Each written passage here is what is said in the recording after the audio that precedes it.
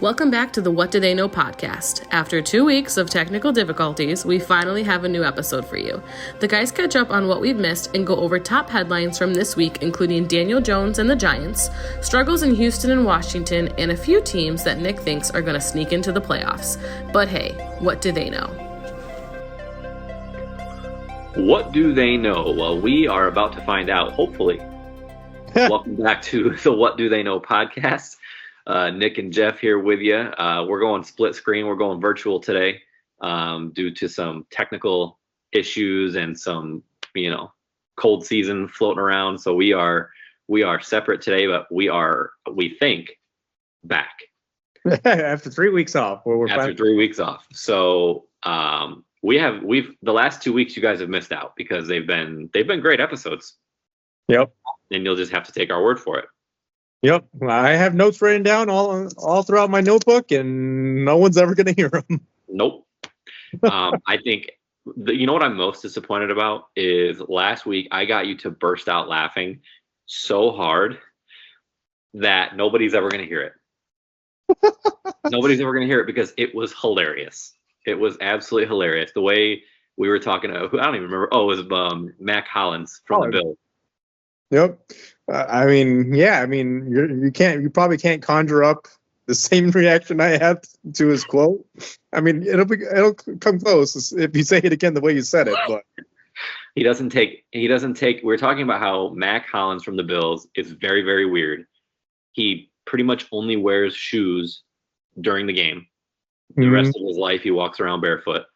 And I think it was 2 weeks ago, he had a quote that he doesn't take elevators on game day because nobody can elevate him like he does, or something stupid.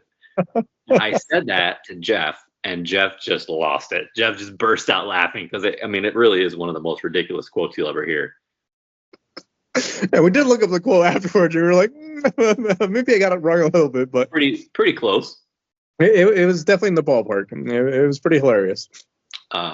So needless to say, we 2 weeks in a row, we've done a full episode thinking that everything was good and then realizing that we had no sound, or the sound for whatever reason was skipping and it was like literally inaudible. So right. 2 weeks in a row haven't been totally fun, but I think we're in a good shape to where we can get this one out for everyone to hear. I'm just going to start not NFL related. I'm going to start in the collegiate ranks and just talk about how freaking pumped I am for my alma mater, Arizona State. ASU? Dude, they are 1 win away from being in the Big 12 championship game and possibly the college football playoff. Right. It's insane. It is insane. They were picked to finish 16th out of 16 teams in the Big 12 to start the year. They're picked to finish dead last, and now they're 1 win away from being, if they win, they'll go into the Big 12 championship game as the 1 seed. The best, they'll have won the regular season in the Big 12. Yeah, I feel like this is more success than they had throughout the duration of the Pac-12, to be honest with you. Yep. Dude, so I'm pumped. I'm so pumped. And I told Christy, if I still lived in Phoenix, I would 1,000% be driving up to Tucson to go to that game next weekend. Like 100%. U of A, biggest rivalry for Arizona State, win to get in the Big 12 championship. Like, it doesn't get any better than that. Right. My bags would be packed. So I cannot wait for next Saturday. I hope that game lives up to what we're expecting. So right. All right, let's kick it off with some NFL news, top stories as we always do. I'll let you kind of kick it off for us. Yeah, so I guess my top story was the whole Daniel Jones saga. Throughout, obviously, I wouldn't say a quarterback of his stature, because he hasn't really proven to be a quarterback there in New York that's going to be stabilizing there. But a quarterback who's getting paid that much money to be released in the middle of the year, that's nothing really comes to mind when it comes to remembering anyone of that caliber to get released during this time. Obviously, Daniel Jones is getting paid a lot of money. No one's going to pick him up on waivers because no one's going to guarantee his money. So yeah, I mean, it's definitely going to be a whole change in the process. Maybe he turns his career around like a Baker Mayfield and Sam Darnold. One can hope, but obviously this year he's probably looking at a backup role. or maybe even a spot start for a couple games over there in San Francisco. I know Brock Purdy's Brock Purdy's hurting a little bit. He missed today's game. It's possible he's going to miss multiple games. So Daniel Jones is in the driver's seat for where he wants to go, but obviously, as a fan base, I'm not sure if you're going to be too excited if your team signs Daniel Jones, to be honest with you. So, but at the end of the day, Daniel Jones is a talent. There's a reason he got the money for it, and there's a reason the Giants offered him the contract that they did. The talent's there. It's just about probably getting out of New York was his biggest thing. Yeah, it's funny. You just said something like I was trying to figure out like where's the best spot for him to go. What because you hear everybody says, "Oh, watch Dallas pick him up," and then he starts against the Giants on Thanksgiving. Like, how hilarious would that be? And all these things. And it came out, I guess, today that he wants to when he does clear waivers, they think that he's going to actually have multiple offers. Right. But he wants to go to a team that is in contention, and he wants to be on a winning team more than he actually wants to like go to a team that's out of it and play. Right. So he's willing to take that backup role. But what you just said with him possibly coming to San Francisco, I think would just be great on so many levels because I would love to see what Kyle Shanahan could do for him. Right. Yeah, actually having a quarterback-centric offense like Kyle Shanahan, Kyle Shanahan has done wonders for Garoppolo and Purdy, and the list goes on and on. So adding Daniel Jones to the repertoire for Kyle Shanahan is just another feather in his cap. But yeah, Daniel Jones needs to look out for what's best for him. And if that means going to a team that is now 5-6 after today's loss. Yep. But still, it's the NFC West. You're only 1 game back. Yeah, you're only a game back, so you're still in contention. To put you in an offense that can help you succeed and maybe regain some of your value lost that you kind of feel now that you're out of New York. I think it's a good spot for Daniel Jones. Yeah, I would love that. I think if Purdy, to me, that's a no-brainer for San Francisco. If Purdy really is out or going to be out, extended time. I mean, Kyle Allen didn't really light the world on fire today. Right. So we'll see. But I love that idea. Yep. And then my second top story is going to be these young quarterbacks who got benched and came back stronger than ever, which is Bryce Young and Will Levis.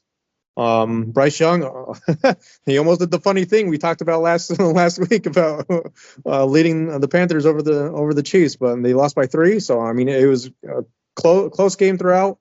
Bryce Young finished 21 for 35, 263 yards on TD. He didn't turn the ball over, so that's a huge thing for him. For Bryce Young, ever since he came back, it's from the bench. It's been a complete 180, and all of a sudden, as a Carolina fan base, you're thinking you just salvaged his career, and and you're not thinking that number one pick is a waste anymore. And honestly, the way CJ Stroud is playing this year, it might even bring up the debate whether you made the right pick or not in the long term. Yeah.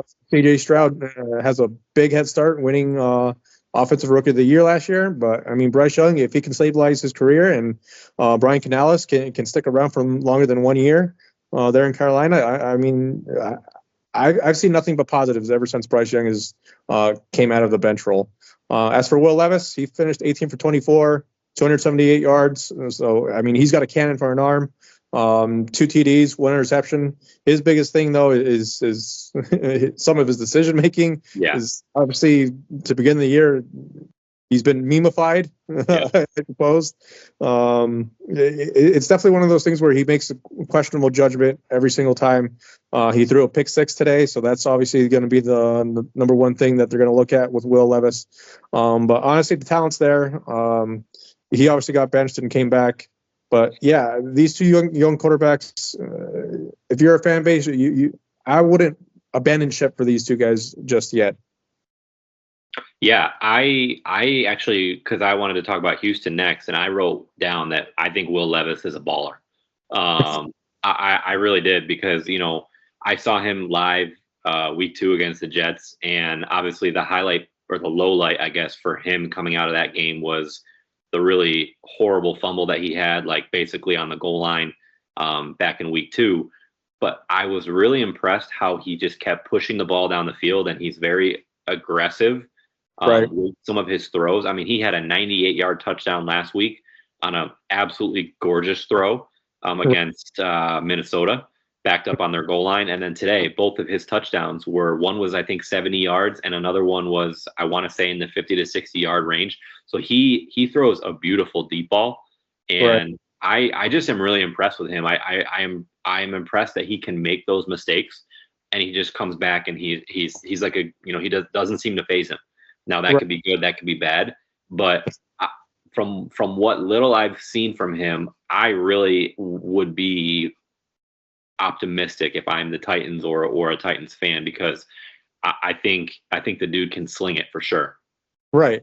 Yeah, and deep passes are definitely a tricky situation. I mean, accuracy is one thing, but having accuracy on the deep ball is something that very few quarterbacks have. And if Will Levis can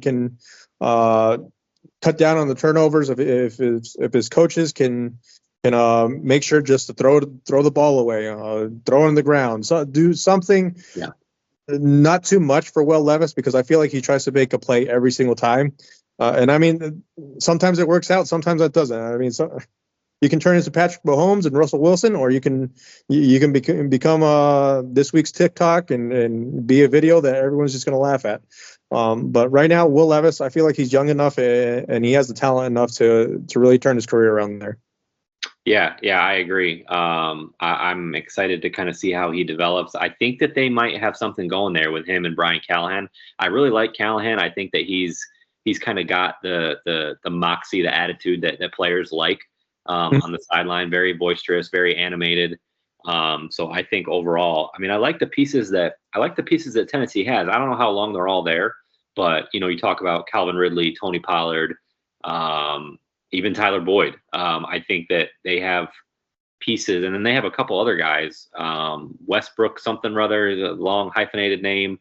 And then the dude that scored the 70-yard touchdown today, I've never heard of. But like they got pieces, that I think could potentially turn into something. So, like I said, cautiously optimistic if you're a Titans fan or part of that Titans front office. Now, having said all of that, I still think that they would be a better team this year with Mike Vrabel. It's kind of getting off topic, but I still don't totally understand the decision making behind him getting rid of him last year. Right. I think that they have the pieces to be better than they are now, better than their record. I mean, Callahan, first year head coach, it is what it is, but I think that they definitely have some promise going into next year. Right. Perfect. So keeping right in that game, my top story is Houston, the team that I cannot figure out. 1 minute they have a great win on Monday night against Dallas. I know it's Dallas, and then today they literally, with 14 minutes and 45 seconds left in the first quarter, so like 15 seconds into the game, we're up 7-0. And they just couldn't, like, they every single time they went out and scored or they did something to gain momentum, they gave it back. CJ Stroud, I mean, we talked about it in our preseason breakdown that we expected, or at least I expected a regression from him. And it's definitely over the last few weeks has definitely, come to light. I mean, his stat line today, 20 of 33, 2 touchdowns, 2 picks. So not terrific. I mean, last year, one of the things that he did so well was keep the ball in his hands, not turn the ball over, and he's just not doing that. Joe Mixon far and away had his worst game of the year this year at only 22 rushing yards, which is insane considering some of the stat lines he's had since he's come back from injury. I mean, he's been automatic, 75 to 100 yards a game and at least 1 touchdown every single game, and he did pretty much nothing today. So credit to Tennessee's defense as well. But I mean, you look at Houston now; they're 7-5. Thankfully, they are in a pretty terrible division. They have a 2-game lead over Indy, who's 5-7. They lost to the Lions today. At the end of the day, I think that Houston is going to win the division and really probably not have much of an issue doing so. But I don't think they're going to go anywhere in the postseason personally. Right. I mean, I've been critical of Houston for a while now because they haven't really uh, had that game where it's a breakout game or where it was a solidified win or you felt confident as a Houston fan that this is a team that can carry you to a Super Bowl and win you a Super Bowl. Obviously, CJ Stroud's regression is definitely something to look into if you're Texans management, especially in the offseason. Is it the offensive coordinator? Is it the QB coach, or is it the head coach in general? I honestly can't pinpoint it why CJ Stroud is having the regression that he is. But at the end of the day, right now this Houston Texans offense is revolving around Joe Mixon, and it looks like if you can slow down Joe Mixon and you can force CJ Stroud to throw the ball a lot more than maybe what Houston is preferring to do right now, you have a chance to win because Houston. I have Houston's defense on one of my teams, and they got me like 19 points, and still they gave up 32 points to Tennessee, who has not been lighting the world on fire in terms of their offensive production. So, I mean, if this travels down to their defense as well, all of a sudden you're looking at a very flawed team that you are going to have to rely on both phases of the game to come together, and hopefully one of them bails the other one out, and it's just not going to be a formula for success come playoff time. Like you said, their division isn't really a powerhouse. Obviously, Jacksonville's had their issues. Indy with Anthony Richardson is definitely not been a world beater, and Tennessee where they're at is it is what it is. We've already stated where they're at. But Houston in general is just not that convincing of a division winner for me. If they get pinned against anyone else come playoff time, I might have to roll with whoever else they play. Well, that's what I was just going to say next. So more than likely they're going to lock down the 4 seed. Right. So that means they're playing. I mean, quite honestly, any of the 3 wildcard teams, Pittsburgh/Baltimore, the Chargers, the Broncos, and I'm going to say /Miami because I'll get into them in a minute. I don't know that I would pick Houston over any of those 4 or 5 teams that I just mentioned. Right. I wouldn't.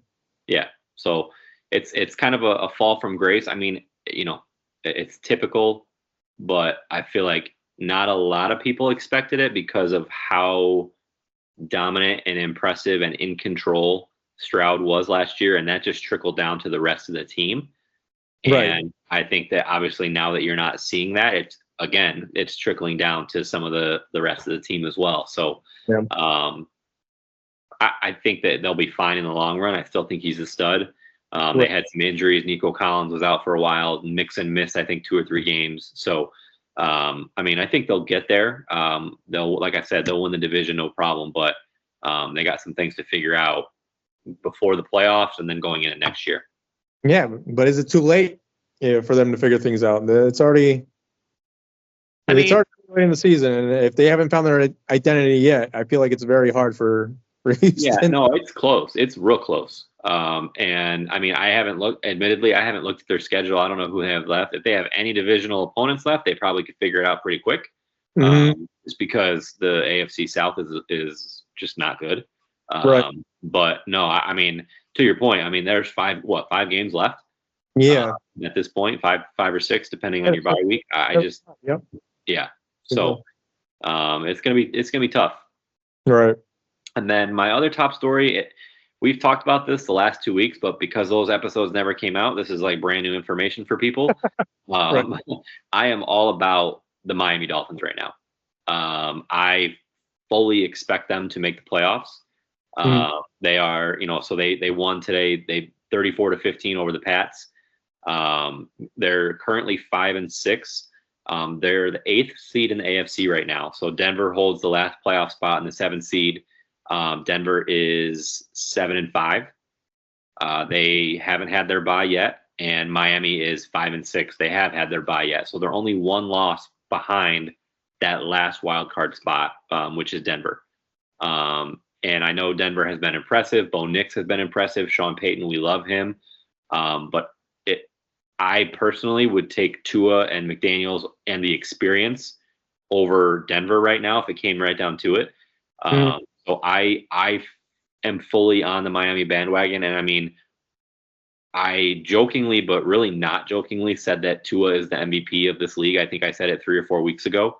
Yeah. And what he means to his team. I mean, I don't know how people can watch what the Dolphins are doing and his stat lines and continue to argue that. Like today, 29 of 40, 317 yards, 4 touchdowns. Woo. I mean, the dude is just, he is the difference maker for that team when he's on the field. I mean, they have an enormous matchup on Thanksgiving night. Thank God, because the other 2 games are atrocious. But they go to Lambeau Field. They play Green Bay Sunday or Thursday night. So I can't wait for that game. I think it's going to be a great game. I know Tua had a quote today that said they know the storyline and they want to prove everybody wrong about not being able to play good teams in cold weather. So they already apparently are aware of that and thinking about that and want to prove people wrong. Right. Dude, if they win Thursday, watch out. Like I'm saying it right now. Yeah, I mean Miami, like you said in that quote, their biggest thing is they're 5-6 now, and the remaining schedule it's cold weather now. It's November, December. This is where they got wiped last year in the playoffs. Obviously against, was it KC? We won it colder. Obviously that shirt Mike McDaniels had. This is where it's going to define you as a team and the rest of your season. If they can pull this off and make the playoffs with winning, maybe 10 games is going to get you there. Obviously 11 is their max with 6 losses. But if they can get there and prove to be a team that can play in this type of weather, if I'm one of the teams up there in the AFC upper half of the bracket, I'm not wanting to see Miami. That is the team that would be rolling. That is an offense that has figured it out. Obviously, you have Achane, Tyreek Hill, Jalen Waddle, and Jonnu Smith is come on in the tight end position in a way that I didn't expect him to. But that is a dangerous team with Tua there. Obviously, they were the complete opposite without Tua. They were honestly they'd probably go winless if it wasn't for Tua. That's how bad they are without him. And the scary thing is like Tyreek Hill really hasn't had that big of an impact. I know he scored a touchdown last week, but Jalen Waddle's the guy that put up the stats today, and Jonnu Smith. Jonnu Smith has had like a resurgence. The dude has come out of nowhere as the starting tight end in Miami. But you know, if we're going to say that the last wild card spot is between the Broncos and the Dolphins, right? You look at the Broncos' last 5 games. They have the Chargers, they have the Chiefs, they have the Bengals, they have the Colts, and the Browns. Not in that order, but I'm just looking at like teams that could beat them. I think the Chiefs very, very realistically could beat them. The Bengals, the Chargers, the Chargers are a great team. The Colts, I think, we talk about the AFC South, but they can hang with anybody. Right. And then, freaking Jameis and the Browns just had a huge win on Thursday against Pittsburgh. So they clearly can play with anybody too. I don't know, man. I just think that it shapes up nicely for Miami to really surprise some people and squeak in with that last wild card spot. Yeah, that Denver Chargers game is definitely going to be huge for either team, whoever comes out on top, because that will solidify the Chargers' position or stranglehold there for a top 2 wild card seed, and then Denver is going to be fighting for their playoff lives if they lose that game. So it'll be definitely interesting to see how that turns out. But Miami is definitely, even though they're a game and a half behind Denver. To me, the ball's in their court. If they win out, they'll probably make it in. Yep. Yeah, I agree. So I'm going to kind of continue in our next segment with overreactions, because my first overreaction kind of lines up with what we just talked about. Mm-hmm. So 2 teams currently under 500 are going to make the playoffs. Okay. Or one is Miami. Okay. The second one is Tampa Bay. Tampa Bay is 5-6. They got Mike Evans back today. They absolutely destroyed the Giants. Mm-hmm. I really think that Tampa Bay could come back and win this division, that being the NFC South. I think that Atlanta's sitting at 6-5. 6-5. Right? So, I mean, you're talking about a 1-game lead with 5 games left, 5 or 6 games left. Tampa has had a ton of injuries. Their offense is explosive. I mean, everybody forgets at this point, but they gave the Lions their only loss of the season back in week 2. Right. So I fully believe that Tampa can play with anybody. And I really don't, it wouldn't surprise me if one or both of those teams make it in that are currently have a losing record. Right. Yeah. Talking about MVPs and being important to your team, Mike Evans definitely changes the whole focal point of that offense. Obviously, we saw what Tampa Bay was without Mike Evans and Chris Godwin. Obviously, Chris Godwin's not going to return this year, but Mike Evans at least provides them some sort of passing game. And I mean, he's been a stabilizer there for that offense for years and years. So it's nothing new to him. He knows how to be that wide receiver one. I think an undervalued facet of that game is the running game. Bucky Irving had a game for himself. He had like 27 fantasy points. Yep. So he's definitely someone to look out for. Obviously, they still have Rashid White. Sean Tucker is still there. I mean, they have playmakers around. It's just about finding the ways to spread the ball. Obviously, all those guys were on the running back positions, and there's only so many running backs you can have on the field at a time. But Mike Evans is definitely a game changer there for Tampa Bay. And with the way Atlanta is going, which is going to be, it feels like a tale of two halves right now. The first half, they kind of figured it out, but now they're kind of derailing themselves. Yeah. This might be the time that Tampa Bay definitely catapults themselves up to capturing a division title there. Honestly, I don't think it's an overreaction at all. Obviously, we talked about Miami already, but Tampa Bay overtaking Atlanta, that's definitely doable in my opinion. And so they're sitting at 5-6. Mm-hmm. I didn't plan this out, but now thinking out loud, this rolls perfectly into my next overreaction, which is that Washington is going to miss the playoffs. Ooh. So Washington is the last wild card spot at 7-5. It's literally the exact same scenario that we just talked about with Denver and Miami. Right. Game and a half back. Washington has lost 3 in a row. They lost a heartbreaker to the Steelers. They lost a close game on Thursday to the Eagles, and then they lost a real clunker. I mean, the score ended up being high scoring, but for the most part, it was a pretty boring game against the Cowboys today, who are just a dumpster fire. So, and it was at home. So that was today was the game that really surprised me out of those 3. But I just don't know. I wonder if all of the hype and the spotlight around Washington, like they're starting to come back down to earth a little bit. And I really wonder how healthy Jaden Daniels is. If you think about, I want to say it was the Bears game, maybe even a week before that, when he had that rib injury and he was questionable if he was going to play going into the next week. He hasn't been the same quarterback. Right. He hasn't run the ball nearly as much. So I question his health. I know he hasn't said anything, and from what we know about him, I don't think that he ever would make an excuse, but I just really wonder if he's not all the way healthy. Right. He's not putting up the numbers that he was in the beginning half of the season. So I don't know if they continue to play like this. I think there's too many quality teams behind them. You're talking about Arizona, the Rams, the Bucks, all a game and a half technically. So I think it's very realistic that Washington, is going to miss the playoffs. Yeah, we talked about Jaden Daniels in Washington, especially with rookie QBs. I feel like they're always a year away as a team as a whole, because if you have a rookie QB that's lighting the world on fire, it's mainly because you had a high draft pick. Obviously these QBs are very coveted, and they're getting picked very high in the first round. But some of the problems that arise is the rest of your team isn't necessarily a complete roster, and these flaws come up midway or towards the latter end of the year. And this is what we're seeing with Washington. Obviously, their defense got kind of torched today by Cooper Rush and Dallas. That's unfortunate to see. Obviously, with all the improvements they've made throughout the year to get them to 7-2 to begin the year.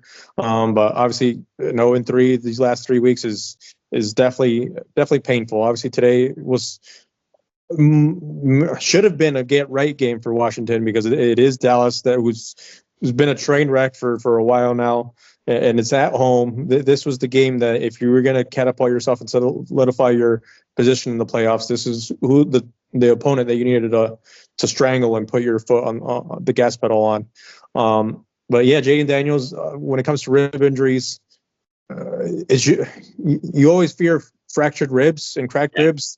Obviously, there's multiple ribs in that area, but and they'll never leak how many cracked ribs he has or whatever. But rib injuries are definitely something that's going to affect the throwing motion and your accuracy. And I agree with you. You have to question how healthy is he, and unfortunately, it's effective on his decision making. Whether he wants to run the ball, whether he thinks he can make a pass down the field. Because of the pain, it starts questioning everything. So, unfortunately for Washington, this whole thing is taking them a step back. But between you and me, we definitely agreed that they were a year away anyway. So, to me, you just roll with the positives, and you go into next year trying to complete your roster even more. Yeah, and I didn't even mention this. I wrote down their last 5 games that they have. So Titans, who just played the Vikings really tough and then just beat Houston. So that might not be a walk in the park. The Saints, who are playing well. Then the Eagles, the Falcons, and then they finish with the Cowboys.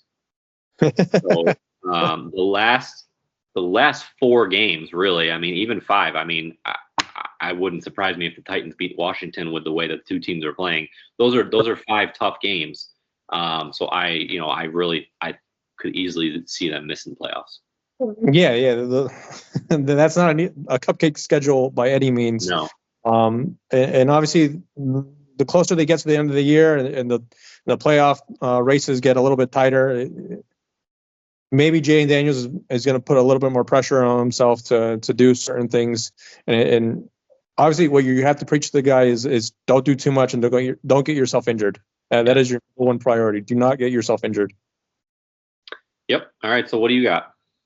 So for my overreaction, I'm going to regret this. I'm regretting it already. But this is something I picked. I said last year, and I'm rolling with it again. Oh boy. The Chiefs will lose their first playoff game. Oh my god. They're 10-1. They're 10-1. But obviously, you're facing against the Carolina team that is ranked dead last in points allowed against. Obviously, you put up 30, you put up 20 first half points, which is the most you have all year. But you only put up 10 in the second half, and you almost gave that game away. So Kansas City, we've talked about it at length throughout the year. They find ways to win. They know how to win, but they just are not convincing. If it was anybody but the Chiefs, I feel like we'd be on the bandwagon of being like, hey, this is kind of looking like a Houston team that's just not doing what it needs to do. But obviously, because it's Andy Reid and Patrick Mahomes, they definitely get the benefit of the doubt. But I am rolling with it and seeing what happens. Did you really just say that? I did. Oh my god. I mean, no, I got nothing. It's happened. It's an overreaction. It's an overreaction. I'm just like it. I will forever now be like, they have to show me first. Like, I'm not going to believe that they're going to lose until they actually lose. Right. Especially in the playoffs. Yeah. I understand the mindset. It's the whole Buffalo Bills thing all over again about the mindset of beating them in the regular season, but not being able to do it in the playoffs. It gets within your own head that they're better, bigger, and faster than you are in every facet of the game. And you beat yourself. They beat you. Well, you beat yourself before they even beat you on the field. And it's crazy to see the aura and the leverage they have for themselves just by name alone. And it's crazy to see. It's just, as a team, I look at them for the flaws that they have. And it's just not looking like they have the team that is executing to the degree that Andy Reid and Patrick Mahomes have been in the past. That doesn't mean anything. Until they get packed home, it don't mean a thing, I guess. Yep. Perfect. All right. And then my second thing is it's going to be a little tidbit from earlier, but the 49ers are done. That's obviously they're a game behind, but still the 49ers lost pretty convincingly against Green Bay, even with Brock Purdy there. I'm not sure how much because Green Bay scored 30 some odd points, 38, yeah, almost a 40 burger on that defense. I'm nothing against Purdy, but I'm not sure if he's putting up 40 against Green Bay, especially that defense that they have in Green Bay. That's a pretty convincing defense that Green Bay has. Xavier McKinney is obviously there, and he was someone I brought up about being Defensive Player of the Year earlier in the year. But 49ers right now, if their defense is not going to be elevating their gameplay, especially if Brock Purdy's not going to be playing for multiple weeks, all of a sudden you're looking at the 49ers as definitely a team that's out. Obviously, you have Seattle, Arizona, and the Rams all around you. And at 5-6, if the Rams win, obviously you have three teams that you have to go over. And at this stage of the game, that's pretty tough to do, even if it's just a one game separating all four of the teams. Right now, they're at the bottom half of the league in the red zone and third down defense. They're in the middle of the pack in terms of scoring defense. Their defense is what has given them the name and the notoriety to get them to the Super Bowl. It's just hasn't been the same 49ers defense that we've come to know.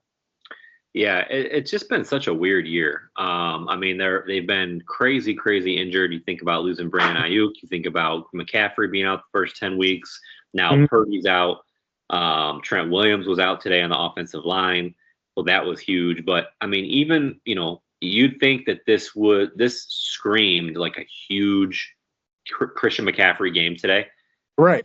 And the dude had 11 carries for 31 yards. Now I know some of that probably was the game script, like how the flow of the game ended up going. Right.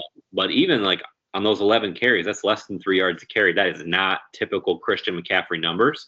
And I think probably a large part of that was Trent Williams being out. But I agree. I think that Purdy or no Purdy, they probably still would have lost this game. It would surprise me if they are able to completely turn it around and leapfrog. Because you think about it, you already said it. The Cardinals, the Rams, the Seahawks, they're all playing better than the Niners right now. Right.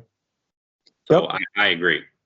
Yep. I'm the 49ers, I'm looking at that defensive coordinator, Nick Sorensen. Well, what's going on, buddy? Obviously, this is a defense that's aging a little bit, but this was obviously the year that we talked about it during our seasonal rankings and preseason thing, where this was going to be it for the 49ers because you have a lot of players there, and we expected some regression, but this is at 5-6. It's definitely a lot harder than we thought would happen. So, side note, I am so curious to see what happens with Brock Purdy after this year with the kind of contract that he gets. Because I mean, if you are just going to say, hey, let's give him the market value, like that's talking over $60 million a year. And from what you've seen from him this year, with how he's played with all of his different pieces out at different times, is he worth that? Like, is he the difference maker? I mean, we talked about it last year when everybody was right around this time, really, when MVP conversations were really starting to pick up, and how I really, and I think you agreed that he is the sum of his parts, right? That he's not the difference maker on that team. And I think that this year is kind of proving that to be true. So I don't know that I would pay him $60 million a year. I feel like if you do sign him for that money, it has high potential to be Daniel Jones all over again, and that is very scary if you're San Francisco. Yeah, I agree. Yeah, I honestly wouldn't do that. Yep. Okay. All right, power rankings. So I will let you kick it off for us. Okay. So I would say I have the first four as last week, but no one knows what I had last week. So I'll just name them off. Number one, I got the Lions. Obviously, I don't feel like any team is playing as good as the Lions, even with Miami's hot streak. Yeah. The Lions are just the Lions right now. They are the class of the NFL, I feel like. Number 2, I got the Bills. They're on bye week this week, so I'm not going to dock them for anything. The Eagles at number 3. They've just been rolling. I can't say too many bad things about the Eagles. They've definitely turned it around. Number 4, the Chiefs. They're at 10-1. Obviously, I wish I could have them higher at 10-1. It's just I'm not convinced about the team in general. Obviously, come playoff time, they'll definitely turn it on, but it's definitely a flawed team. And then number 5, I kind of have a cameo here. It's the winner of the Ravens and Chargers match. Okay. Obviously, they play tomorrow. Honestly, I couldn't decide which team to go with. I had the Steelers here last week. Yeah. Obviously, they lost to the Browns. But I feel like whoever wins out of the Ravens and Chargers definitely has more of a foothold on the playoff race towards the latter half of the year. But yeah, I like both teams. Lamar Jackson, Justin Herbert. I love both quarterbacks. Chargers defense is the number 1 ranked defense in the NFL. They're no slouch. And then obviously the Ravens, they have an atrocious defense so far. But if they can sneak out a win against the Chargers, I feel confident putting them in my number 5 spot. Okay. So again, nobody knows this, but my top 3 are the same. So I had Lions, Bills, Chiefs. Mm-hmm. So I kept the Chiefs where they were. I thought about dropping them, but again, it goes back to our conversation around your overreaction. Like, the Chiefs are just the Chiefs to me. Right. I'm just keeping them there. I had the Steelers number 4 last week, so they fell off. So I moved the Eagles up to number 4, and then this one. So it's funny because I feel like you're going to agree with me. I put them on at number 5 because I felt like I had to, but I'm not sold at all. Can I take a guess? Yeah, go ahead. The Vikings? Yes. I mean, they're 9-2. Yeah. The Vikings are 9-2, and nobody like we haven't said one single word about them in probably the last 5 weeks. I know they came out guns blazing, started out I think 5-0, 6-0. They're 9-2. I mean, they at some point we have to start talking about them, but I just don't trust them. Right. Like, there's just something about it, and maybe it's literally Sam Darnold. Like, if they were 9-2 with Josh Allen, or just throwing out a name, we'd be like, oh my God, the Vikings are amazing. Yeah, they're a top 2 team all of a sudden. Yep. But they're 9-2 with Sam Darnold. Right. And to his credit, he played a phenomenal game today. He looked great. I mean, today was one of those rare wins for them where Justin Jefferson had almost no impact. So that's always impressive when you can win a game. I mean, they have so many weapons. Justin Jefferson, Jordan Addison, TJ Hawkinson is now healthy. Aaron Jones is still a beast. I know he had a goal line fumble today, but he's still such a dynamic playmaker, backfield, catching the ball. Like, he can do everything. And the Vikings still have a pretty decent defense. I know they kind of crumbled in the last 3 or 4 minutes of regulation today to let the Bears back in it. But they're not, at the end of the day, they're 9-2. So I felt like I had to put them in there, but I'm not sold on it at all. I almost rolled that way with the Vikings as well.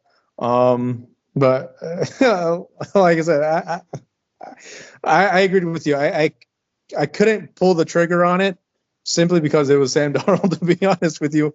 And obviously, we talked about on one of the shows that won't air, but Sam Darnold had a stretch of 3 games where he was turning the ball over at a very alarming rate. Yeah. And I did pick the Bears over the Vikings for my upset this week from last week because I thought the Bears defense was going to cause enough chaos on Sam Darnold to create those turnovers that he was contributing to. Obviously, he did it, and they ended up winning the game. So, but I mean, if he would have turned the ball over once, all of a sudden you're looking at a different game script. All of a sudden you're looking at the Bears maybe getting a little bit of leverage. So, I mean, the theory was there. It just happened that Sam Darnold had a very good game. He took care of the ball. And it's just about a matter of trust, whether this Sam Darnold is going to show up when you need him to, or if the Sam Darnold that gives up under duress is going to show up. So it's definitely a coin flip for that team.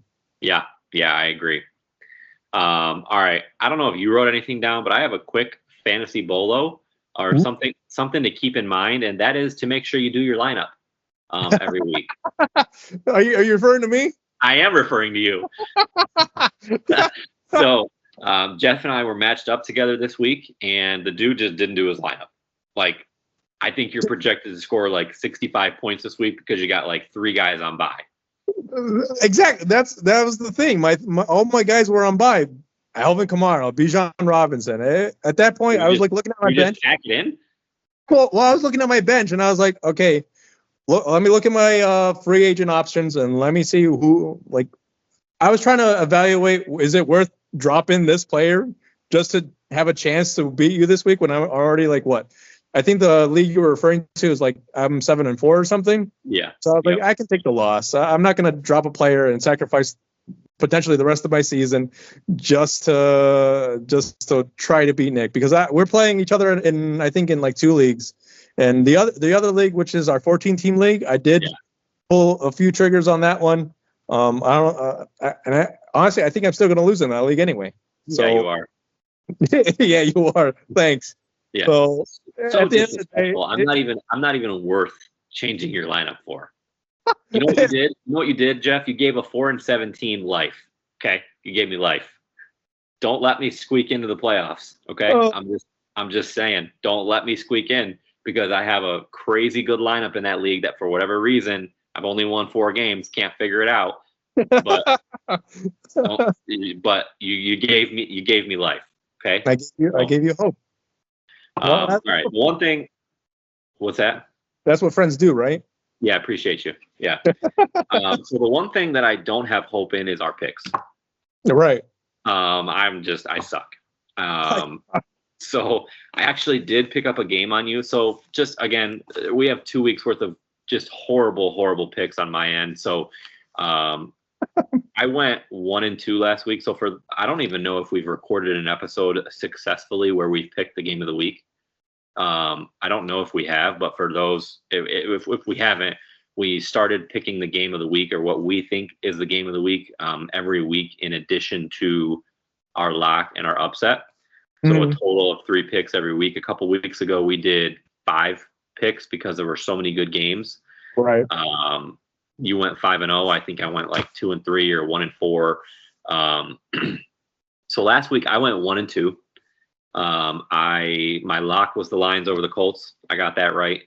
My upset was the Niners over the Packers before I knew about Brock Purdy. But again, I'm not sure that would have made a difference. And then our game of the week there really weren't a ton of great matchups this week. So we decided on the Cardinals and the Seahawks. It was a battle for first place. I obviously picked the Cardinals, and that was a huge disappointment, a huge clunker. Right. Their offense just didn't show up. So I went 1-2 this week. So I'm sitting at 11-19 overall. That's something. Yeah, you shut your mouth because you went 0-3 this week. I did. So you want to recap your picks? Yeah, last week I went Steelers over the Browns for Thursday Night Football. Obviously, the Steelers were trending high. Browns were not. Yeah. And I got Jameis Winston. Jameis Winston definitely did his thing, and the Jameis Winston snow game. The snow game, Jameis Winston snow game. But yeah, that's a team that I will never be able to figure out on both ends, the Browns and the Steelers. I'm just going to steer away from both of those teams from my picks. It's so funny because last week I just got done saying how I'm officially on the Steelers bandwagon, and then they go and they lay an egg against the Browns. So I don't know. And then my upset last week was the Bears over the Vikings. As I said earlier, I thought the Bears defense was going to do a little bit more against Sam Darnold, force a little bit more turnovers, but obviously that didn't happen. But they almost snuck it in. They pulled off some crazy plays. They got a touchdown, a field goal, an onside kick, took it into overtime. So they almost pulled it out for me, but unfortunately it was just not meant to be. And then obviously for the game of the week, I picked the Cardinals as well. I thought they were rolling high, but obviously Seattle isn't a team to be messed with too much in Seattle. That's a home field advantage that's very underrated, I feel like. But yeah, 0-3, it is what it is. I think I'm still 18-11. 18-12. 18-12. 18-12. Yep. Okay. I can live with that. Yeah. So you got a nice 7-game lead. Perfect. All right. So I'll kick us off this week. So for my lock, I picked the Bucks over the Panthers. I know the Panthers had a great game today, but I'm riding the Bucks bandwagon. I think that Mike Evans coming back is going to be an energy spark for them.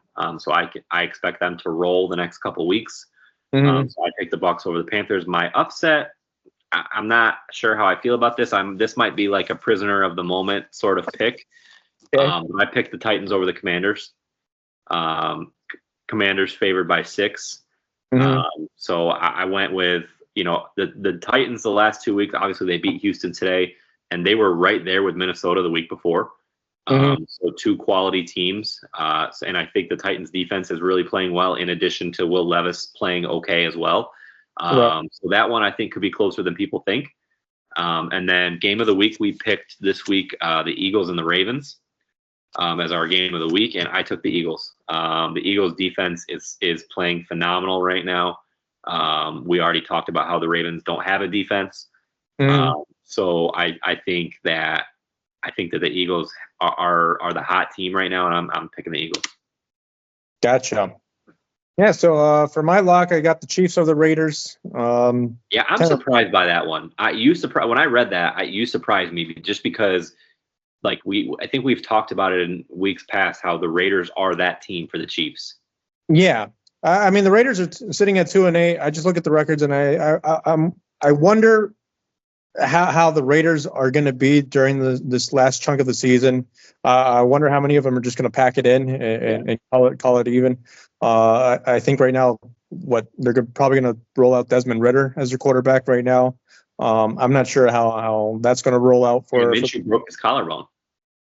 Who did? Gardner Minshew. He broke his collarbone. Collarbone? Yeah. So I mean, you're down to what your third QB, Raiders. So for me, it's just about the Chiefs. Obviously, they had a scare today, but I feel like it was kind of like a wake up call almost. Like these opponents are still NFL caliber. These opponents are still getting paid to come out and do things and try to win football games. So I think today was a trap game, and I think they'll be a little bit more prepared for the Raiders next week. Okay. For my upset, I got Miami over the Packers. I'm buying into the bandwagon of Miami as well. I love that. Love that pick. Obviously it's in Green Bay. You said on Thanksgiving. So it's definitely the game of Thanksgiving that I keep an eye on. That should be pretty exciting. But yeah, Miami right now, before it gets too cold in Lambeau Field, I feel like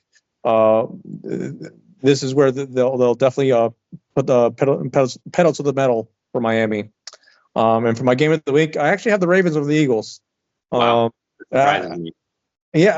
Honestly, all my senses say go Eagles because they honestly probably do have the better team in terms of defense and more continuity in terms of offense. But I feel like this is one of those games where all common sense kind of gets blown out the window, and the Ravens kind of sneak by on this one.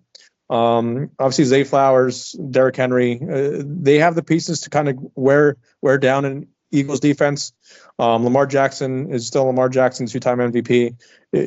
I think the Ravens just have just enough. This is the sort of games that I feel like the Ravens show up for the most. Yeah. Because I feel like other losses are against teams that they should have beat originally. So I feel like this is the sort of game that the Ravens definitely show up for. Yeah, I'm looking forward to it. That's gonna be a really good game. Yep. All right. Well, that'll do it for us. Hopefully, once we hit stop here and edit everything, it all lines up, and you guys get to hear this. Because again, this is good stuff. Right.